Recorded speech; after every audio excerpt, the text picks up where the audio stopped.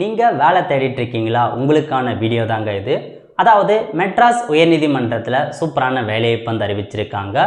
ஜோப்தர், office assistant, sweeper, gardener போன்ற பதவிகளுக்கு 8th-லேருந்து 12th pass பண்ணவங்க அப்ளை பண்ணலாம்.